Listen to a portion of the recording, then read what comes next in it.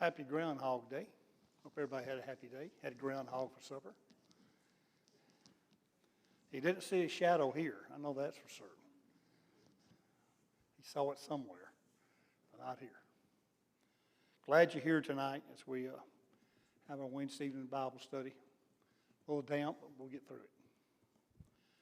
Open the word of prayer. Michael Randolph, you lead some prayer, please.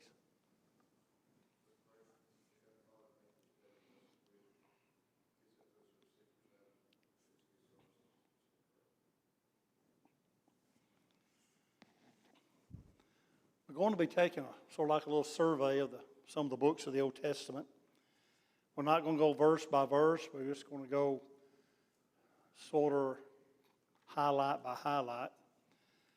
Like in the book of Genesis, that's where we'll begin tonight. And we're going to look at 4 events in Genesis. Look at creation, the fall of man, the flood, and the Tower of Babel. And then look at 4 people that are highlighted in Genesis: Abraham, Isaac, Jacob, and Joseph. So that's sort of how we're not going to cover all these tonight, but we're going to look at a couple of them here. And just the highlights and try to learn some things by maybe bring back to memory things that maybe we have maybe somewhat forgotten. But the book of Genesis, creation itself means beginnings. If you look up a definition of creation, beginnings, and in the book of Genesis, you find the universe, a beginning, the beginning of man, the beginning of marriage, the beginning of sin, the beginning of sacrifice, and also the beginning of salvation. Those are found in the book of Genesis, a lot of others as well, but those are the highlights that we're going to look at. Because if it weren't for Genesis, we wouldn't know how anything ever got started. If God did not give us that book, how would we know that He created the heavens and the earth? How would we know about everything that we know about, creation? We wouldn't. And we'll just be guessing in the dark, trying to figure it out. But God has given us the blueprint of what took place. And in Genesis 1 and verse 1, in the beginning, God created the heavens and the earth. When God created, He created everything complete, whole, ready for use when He did creating. When He created the first tree, it had leaves on it, it had branches, it had a root system, it was complete. When He created the first animals, they were created complete. When somebody says, what came first, the chicken or the egg? The chicken did. God, He didn't create the egg and then over time something got on top of it and hatched it out. No, He created the chicken whole. That chicken had feathers, chicken could lay eggs, chicken was pecking around everywhere.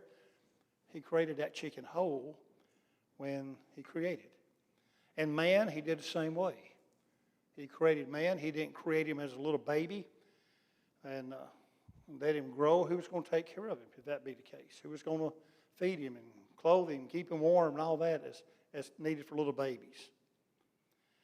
And this is what confuses evolutionists, or really the theistic evolutionist, because the theistic evolutionist, who's one who believes in a little bit of the Bible and a little bit of evolution, he comes together in the middle, and he sees his creation being something that happened over billions, millions of years, and one little thing happened, and then everything began to come up together, and over millions of years, we have what we have. He doesn't accept the 7 days of creation, that each day was a 24-hour day. He doesn't accept that. So that's what is confusing to these theistic evolutionists, is that God created everything whole, complete when He did. And that they don't seem to want to accept that. But it seems so simple that he did it that way. And that's why they ask, well, why is it when you go to date things, ever how the science dates them, this rock looks millions of years old, or this whatever. The planet itself is millions of years old. How do you explain that? Well, God created it old. He didn't create it a baby planet or a baby rock, and it grew. He created it old. And God can do that. He can create anything he wants to. But he created it old. It looks like an old earth. So when God created the first tree, after 1 second, that tree was 1 second old, but it was created mature. When God created man, after 1 second, Adam was 1 second old, but he was created mature. We don't know how old Adam was when God created him. Was he 20-year-old, 30-year-old, 40-year-old, 50-year-old? We don't know. It's just that God created him a mature individual, a mature adult, he did. So that's why he did it. You know, go to an antique store, and sometimes folks will try to fool you. They take something that's young, new, and they'll beat it up here or there, make you think it's old. And if you don't know what you're looking for, you may buy something that's only a couple of years old, thinking that this thing's 100 years old. Well, God created things looking old in the way he did so. But yet, it was only as old as he created it. So that's what God, he did. So when you start trying to date things in the Bible, we may find that the earth is only 5,000 or 6,000 years old if you start dating back. And one might say, well, that doesn't agree with creation. You look at all this stuff and it looks old. Well, that's what God did. The Bible, the earth is only 5,000, 6,000 years old. That's the way God created it. But it's a test of our faith, I think. A test of our faith. Are we going to believe that God could do that? He had the power to do it.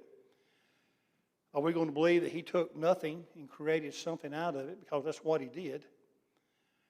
See, evolution requires no faith whatsoever, because evolutionists claim they got it all figured out, which they don't. They don't have it figured out. But we don't have to have it all figured out, because God has told us that he did it. And because we believe in the omniscience of God, we understand his creating, how he did such. So that's one thing we see there in Genesis when God did the creating. He created it old, as he wanted to. And then on the sixth day, he created man. Genesis 1, 26 and 27. Then God said, let us make man in our image, according to our likeness. Let them have dominion over the fish of the sea, over the birds of the air, over the cattle, over all the earth, and over every creeping thing that creeps on the earth. So God created man in his own image. In the image of God, he created him. Male and female, he created them. So God created man, fully developed as a man. It's not like the monkey scale. You've seen the monkey scale evolutionists use. Little monkey, as man grows through the millions of years, he's hunched over, then he's standing up straight. That's not it. That's not the way God created man. He created man in the way of fully maturity. And then in Genesis 2:15, we see the first task that God gave Adam to do. Then the Lord God took the man and put him in the Garden of Eden to tend and to keep it. He put Adam to work. Adam was created with enough gray matter to know what work was about, to know how to work, what work was about. He kept the garden that was there. He had that kind of intelligence. He just stumbled around, figured it out by, error. And then here's what I need to do. But he was given that intelligence at creation to do that. God didn't curse Adam with work. Adam was working before the sin came about. But after sin happened, his work got more difficult. That's where the curse came in for Adam. The working was always there. And Again, we know how things are today. People don't want to work, but God has created us to work. When we work, we are better satisfied in life. We have honor, we have self-respect, and we respect others when we go about the ability that God gave us to do. We are to work. And one thing that maybe parents need to do more is teach their children how to work, how to do a job, how to do a good job, how to complete the job, how to ask questions about the job if you don't understand it. And once they complete it, you don't sit there and pull your phone out. You go, what do you want me to do next? That's the concept of work. It's not just doing the job. It's knowing how to do it and then go on to the next. We do a great job teaching them sports. We need to do a good job at teaching them how to work and what that's about. So here, Adam, he got busy. He got busy working. He had the knowledge to work. What's the second task that God gave to Adam? Name the animals. Genesis 2:20. So Adam gave names to all the cattle, to all the birds of the air, to every beast of the field. But for Adam there was not found a helper compatible to him. So here comes all the animals. That took intelligence to name the animals. Why did he call a monkey a monkey? I don't know. Why did he call an elephant an elephant? That requires intelligence. And we have trouble just naming our children. What are we going to name the newborn? Well, we get the books and go around. We have trouble doing that even. We have trouble naming the pets sometimes. Got to get that right name. Well, Adam had the intelligence to name all the animals. He could do that. He just wasn't born, created with no intelligence. God gave him that intelligence. So here's Adam, very creative, very knowledgeable at creation. So we see that about creation, one of the first that God did there in creation of man and just everything. Something else we see in Genesis is that of marriage. We find the first marriage where God joined Adam and Eve together, Genesis 2:23. Adam said, "This is now bone of my bones, flesh of my flesh. She shall be called woman because she was taken out of man. Therefore a man shall leave his father and mother and be joined to his wife, and they shall become one flesh. They were both naked, the man and his wife, and were not ashamed." So here God performed the first marriage. Created Adam, then took Eve from his rib, and he joined them together, and a very honorable thing marriage is, a very sacred thing marriage is. We're told 2 times in the scriptures this. One time, Hebrews 13:4, marriage is honorable among all. Anyone who makes a choice to marry here in the direction that God has given as to who can marry is a very honorable thing. Malachi 2:16, for the Lord God of Israel says that he hates divorce. He loves marriage, but he hates divorce. Marriage is not looked upon as an honorable thing today. It's just something that you do. If you don't like it, we'll go out and get another. Marry again. Don't like that one, marry again. Here it goes. It's not looked upon in a very honorable way. You take 2 people who are just living together, ask them about it. Well, it's just a piece of paper. Just a piece of paper, that marriage certificate. Again, that marriage certificate represents commitment. Is what it represents. I'm committing my way to you. I'm committing myself to you. If you ask, you got 2 man and woman living together, she wants to get married. She wants that. She wants that commitment, that security that's there. For him, take it or leave it. She should push him. It's going to be this way or it's not going to be. She wants that commitment in marriage. So since Marriage is the fabric that holds society together. Is it any wonder why our nation is in trouble the way it's in? Because when the marriage is eroded, the family is eroded as well, look what happens. Divorce has done much to harm the home and such, but God intended for marriage to happen between a man and a woman, and they were to be together for life, what He intended for it to be.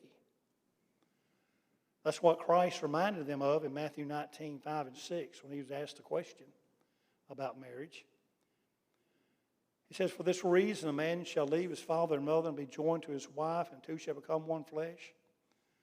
So then they are no longer two, but one flesh. Therefore what God has joined together, let not man separate." The two become one, and don't let man separate it. Don't do it. Don't let it happen. So there's the marriage we find in Genesis, the first marriage, how it took place, and God's intentions, even today, of what marriage is to be.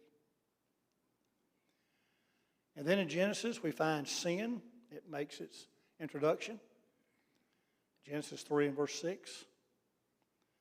"So when the woman saw that the tree was good for food, and it was pleasant to the eyes, and a tree desirable to make one wise, she took of its fruit and ate. She also gave to her husband with her, and he ate." Well, there's our first sin. I guess if Adam and Eve hadn't sinned, we probably would have. We'd have been the one that got the fruit. And so we look at them, but we probably would have done the same thing. But at this point, when they took of the fruit, that's when the separation between man and God happened. His disobedience caused it. And ever since this event here in Genesis 3 and verse 6, God's been trying to restore that relationship. Put it back together, what it was before the sin. Trying to put it back together and restore it. And Christ made it possible that we could restore that relationship. He made it possible. Isaiah 59:2. "But your iniquities have separated you from your God, and your sins have hidden His face from you, so that He will not hear." Sin is a terrible thing. It's terrible to God. It is so terrible that He hid His face. He turned His face from it whenever He sees it. That's how bad it is. If you ever seen something so horrible that you couldn't look at it, that's the way God views sin. He can't look at it. He turns away. He can't stand it, God says. And one might say, well, it's just a piece of fruit. What's the big deal? Just a piece of fruit. Well, man knew what he was to do, what he was not to do, and he did just the opposite. So if we would view sin in the way that God views it, it's a terrible, terrible thing, then it would help us to understand why God hates it so much. But yet Christ came that we could be restored, that sin could be covered, as we'll see in a minute.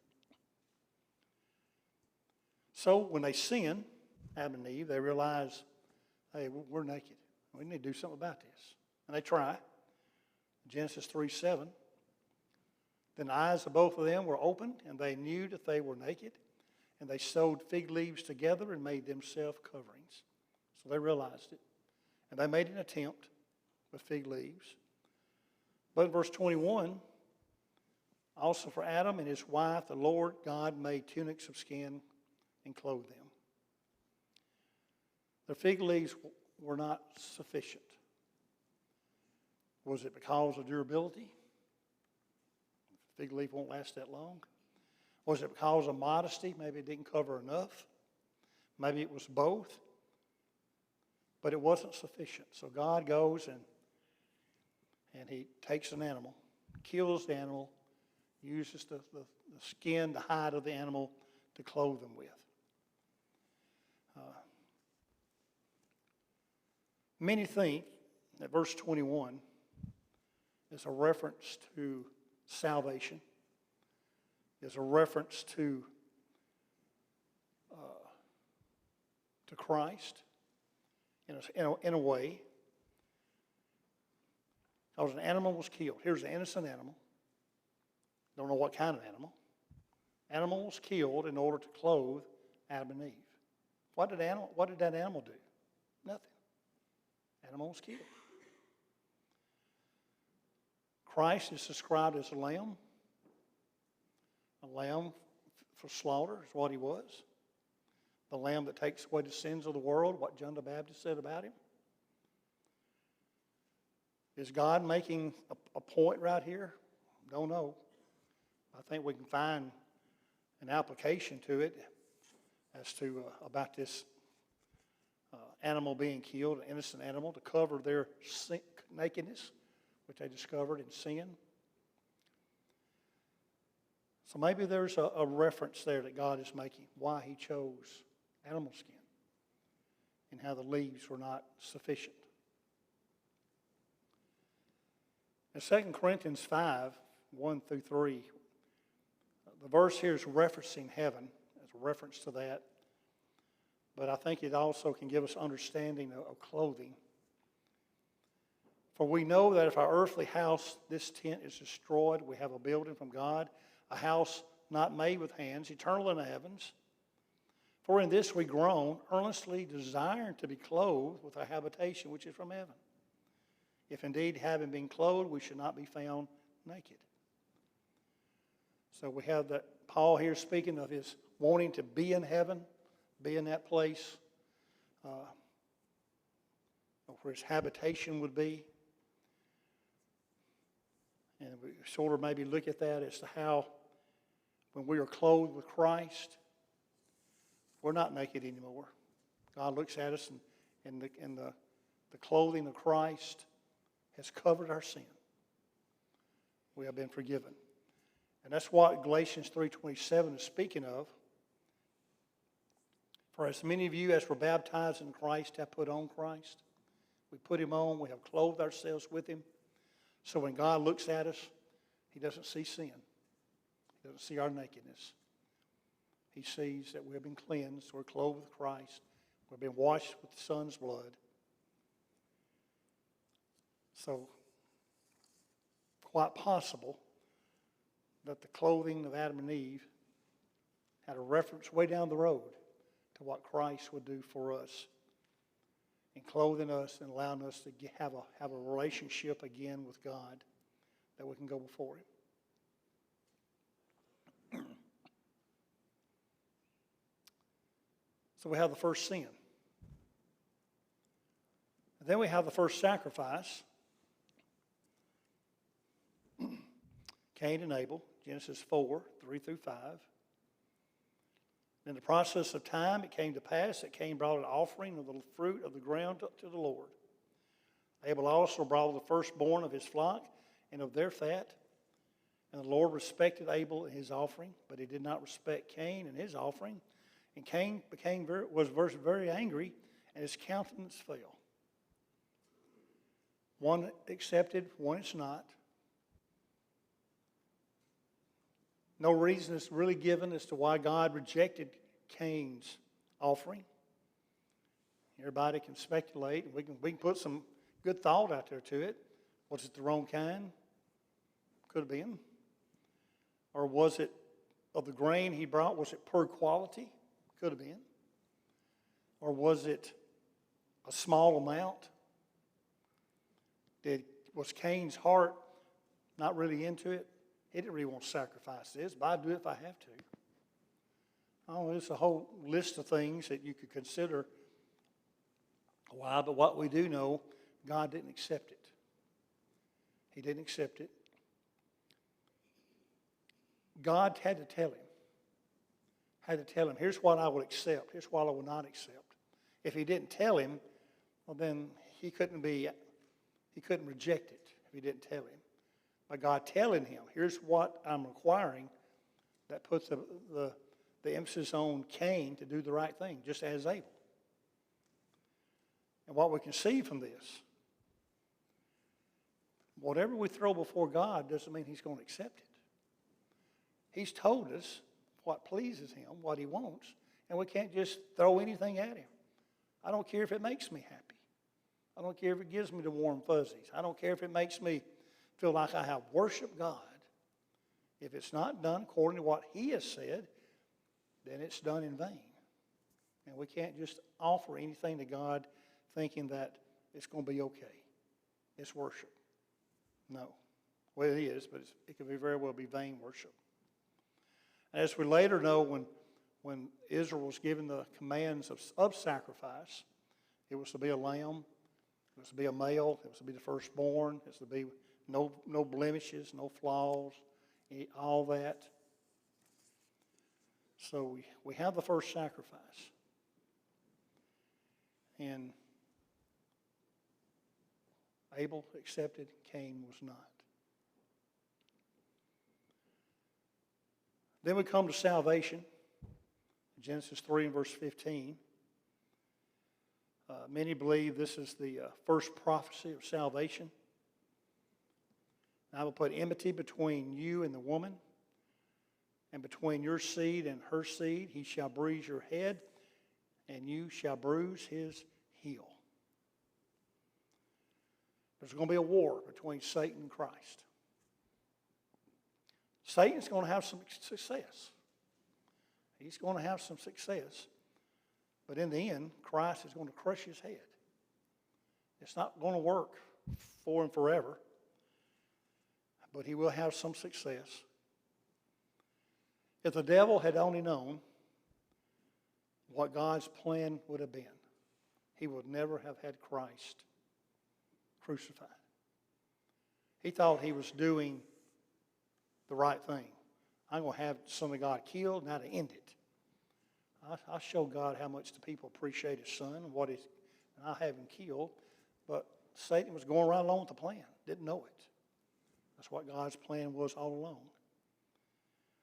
Throughout the life of Christ, you find attempts on his life, even as a baby.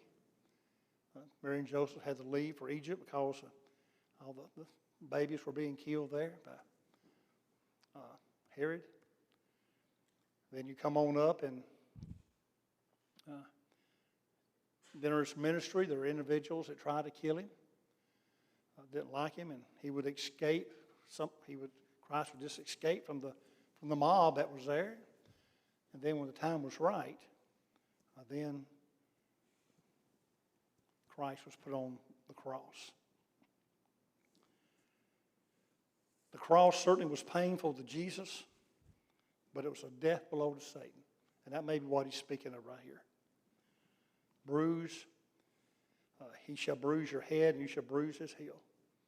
What Satan brought about, it brought pain to Christ, a lot of pain. But it was a death blow to Satan, a death blow to his head and what he did to harm man. So that's the first half of the book of Genesis. We're going to look at some events. Next week we'll look at the other two, the Tower of Babel, and continue on as well. Then we get it and talk about the main characters, some of the main characters in the book of Genesis. Then we'll probably move on to Exodus a little bit and talk about it as well. So just an overview of some things. We need to be reminded from time to time and help us just bring back to memory what the Lord has said. Any comment on Genesis, at least the two parts tonight? Okay, we'll take up next week in Genesis.